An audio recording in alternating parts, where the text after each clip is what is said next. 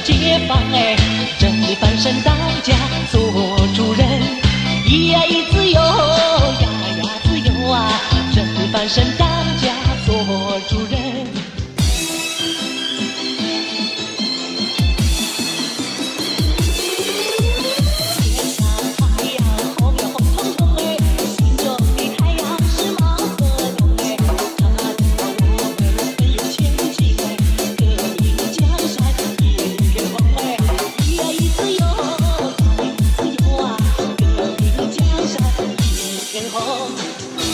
我们奋勇前进哎，革命江山一呀一片红哎，嗦啦啦子嗦啦啦子一呀一片红哎。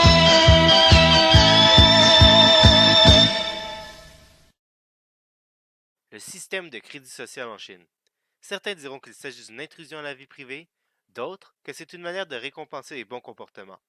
Controversé dans le reste du monde, et pourtant bientôt imposé aux citoyens chinois, c'est un sujet mystérieux pour la plupart que nous allons essayer de démystifier et de clarifier dans ce mini-documentaire en répondant aux grandes questions comme qu'est-ce que le système de crédit social, que compte faire le gouvernement chinois et qui sont les personnes touchées par ce système.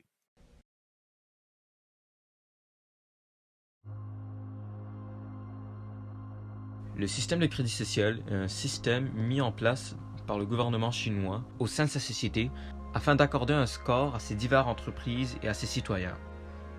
Une fois ce score accordé, ces citoyens et entreprises peuvent bénéficier de divers avantages ou punitions dépendant de leurs métriques. Selon les sources, les extrêmes de cette mesure peuvent beaucoup varier.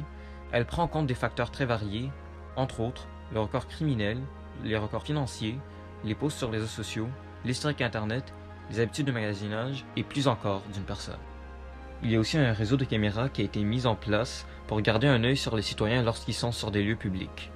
Plusieurs de ces caméras sont munies d'une technologie de reconnaissance faciale qui pourrait facilement reconnaître l'identité d'une personne. Bien que tout cela puisse paraître orwellien, il est important de noter que, premièrement, ce système, en ce moment au moins, vise surtout les entreprises, car la technologie nécessaire pour accorder un score à chaque citoyen individuel n'est pas tout à fait là. Le système n'est pas tout à fait automatisé.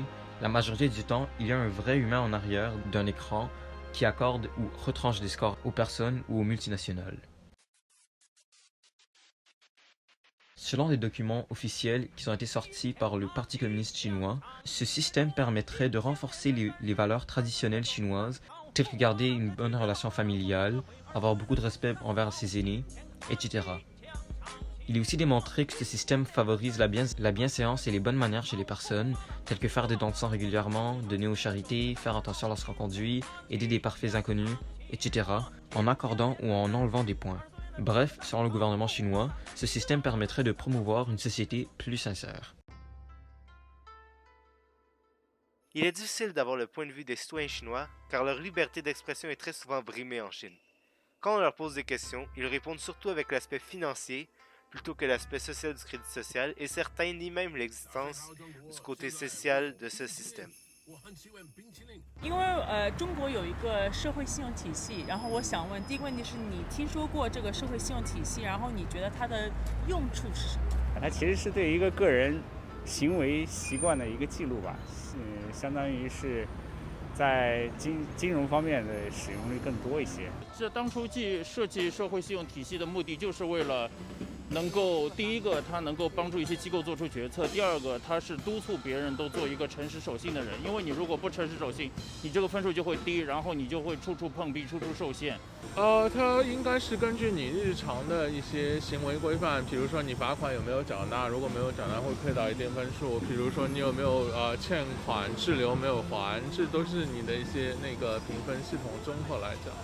但你如果有一个良好的诚信系统的话，比如说按时缴纳你的一些借贷啊、罚款啊之类的话，你就会维持一个比较好的分数。所以可能更偏向于是社会体系，说一个人的行为，他的信用就是有一个评分，这样子的这个体系你听说过吗？在中国？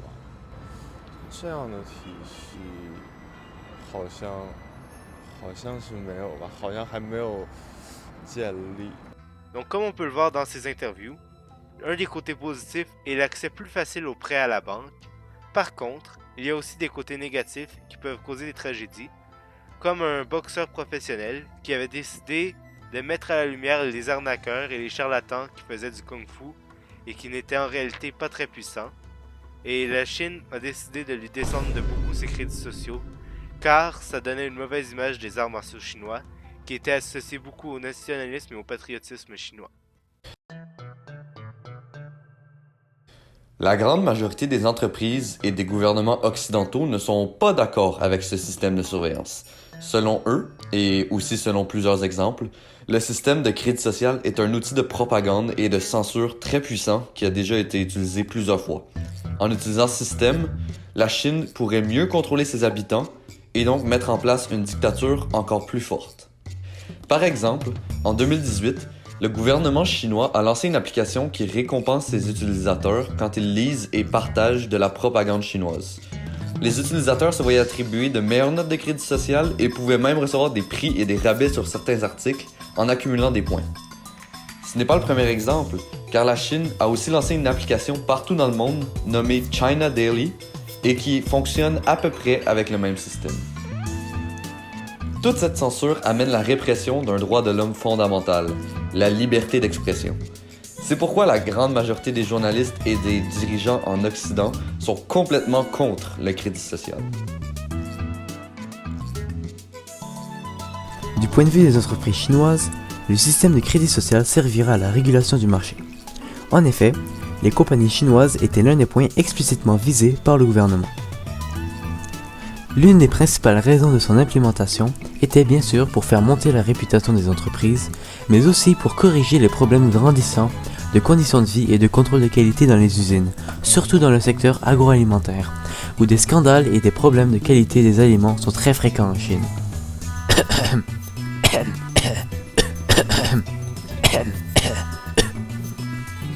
Cette dernière a aussi exprimé un but d'être mieux perçue au niveau international avec des régulations sur les déchets environnementaux. Les compagnies qui ont des bons scores de crédit pourraient profiter de meilleures conditions de crédit, de baisse de taux d'imposition et de meilleures opportunités d'investissement. De l'autre côté du spectre, les compagnies ayant un mauvais score de crédit auront potentiellement plus de difficultés à recevoir des nouveaux prêts de banque, pourraient voir leur taux d'imposition augmenter et les possibilités d'investissement et de subvention pourraient se réduire. En plaçant des régulations omniprésentes et universelles pour toutes les compagnies, cela va sans doute égaliser la balance entre les petites entreprises locales et les géantes entreprises multinationales. Pour l'instant, les opinions sur l'efficacité du crédit social sont variées et la participation des entreprises dans ce programme est encore volontaire. Après avoir vu tous ces points de vue, on peut voir qu'il y a deux grands enjeux dans cette problématique.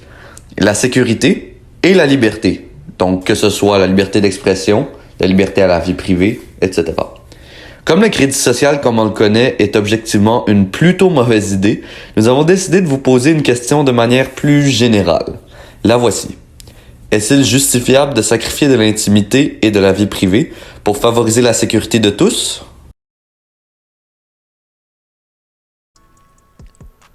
Dans ce mini-documentaire, nous avons pu explorer les objectifs fondamentaux de ce système très controversé, ainsi que les différents points de vue de plusieurs personnes et organisations en jeu. Maintenant, c'est à vous de jouer.